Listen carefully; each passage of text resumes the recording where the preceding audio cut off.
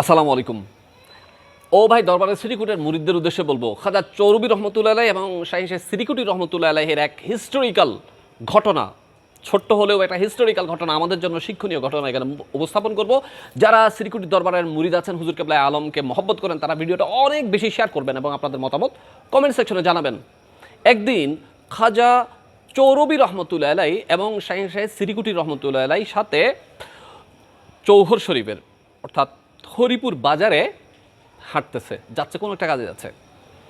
তো যখন খাজা চৌরুবী রহমতুল্লাহ আলাইহি যখন বাজারে হাঁটতেছে, তখন চারপাশের মানুষ সরে যাচ্ছে, বলতেছে এই ভাই দেখো দেখো, ওই আল্লাহ কা ওলি আ রাহা হ্যায়, আল্লাহ কা ওলি আ রাহা হ্যায়।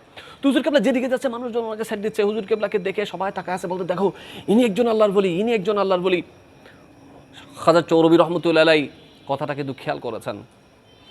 তো তিনি খুব মহব্বত করতেন খাজা শাহী শেখ সিরিকুটি রহমতুল্লাহ আলাইহিকে, এই মুরিদে বাসফাকে, খলিফে আজমকে খুব বেশি মহব্বত করতেন। উনি হজরতে খাজা সিরিকুটি রহমতুল্লাহ আলাইহিকে উদ্দেশ্য করে বলছে, উনি মহব্বত করে বলতেন, জানি আমার কাছে এমন কি দেখতেছে, আমি তো সবচেয়ে নিকৃষ্ট গুনাহগার পাপী একজন মানুষ, আদনা একজন নবী দরবারের একটা গোলাম, আমি কোনো বড় বুজুর্গ না। আমার কাছে এমন কি লেবাস আছে, যে লেবাসটা দেখে এই মানুষগুলো বলতেছে আল্লাহ কা ওলি আ রাহা হ্যায়, আমাকে আল্লাহর বলি মনে করতেছে।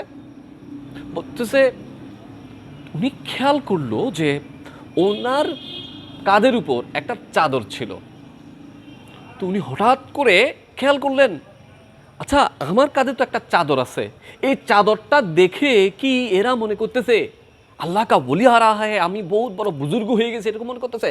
উনি রাগে সেই চাদরটা কাঁধ থেকে নিয়ে হযরত শাহী শেখ সিরিকুটি রহমতুল্লাহ আলাইহিকে বলতেছে, তুম রাখো। মানুষ কেন আমাকে এটা দেখে মনে করবে, মানুষ আমার কেন আলখাল্লা দেখে মনে করবে আমি অনেক বড় বুজুর্গ। দেখেন শাহী শেখ চৌহর রহমতুল্লাহ সেটা খুলে নিয়ে ফেলেছেন।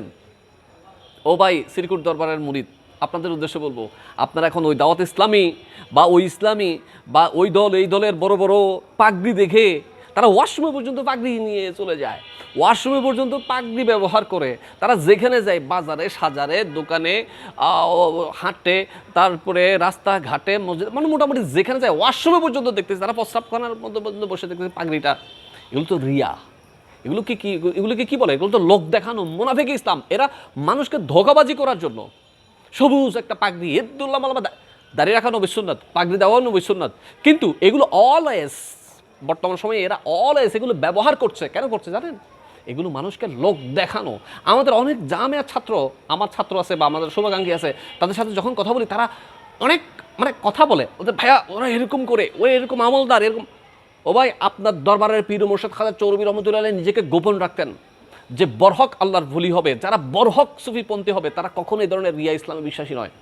পোশাক আশাকে দেখে আপনি যখন মনে করবেন এই ব্যক্তি অনেক বড় আল্লাহর ভলি হয়ে গেছে, অনেক বড় বুজুর্গ হয়েছে, নামাজ পড়তে পড়তে গেলে কপালে সিজদার দাগ পড়ে গেছে গা, দুর্লম্বা পাগড়ি পরে, ওরে বাবা দাড়ির বাহাত দেখলে মনে করবেন অনেক বড় বুজুর্গ। আমাদের খাজা চৌরুবী রহমতুল্লাহ আলাইহি এই রিয়া থেকে বাঁচার জন্য আমাদেরকে শিক্ষা দিয়েছেন।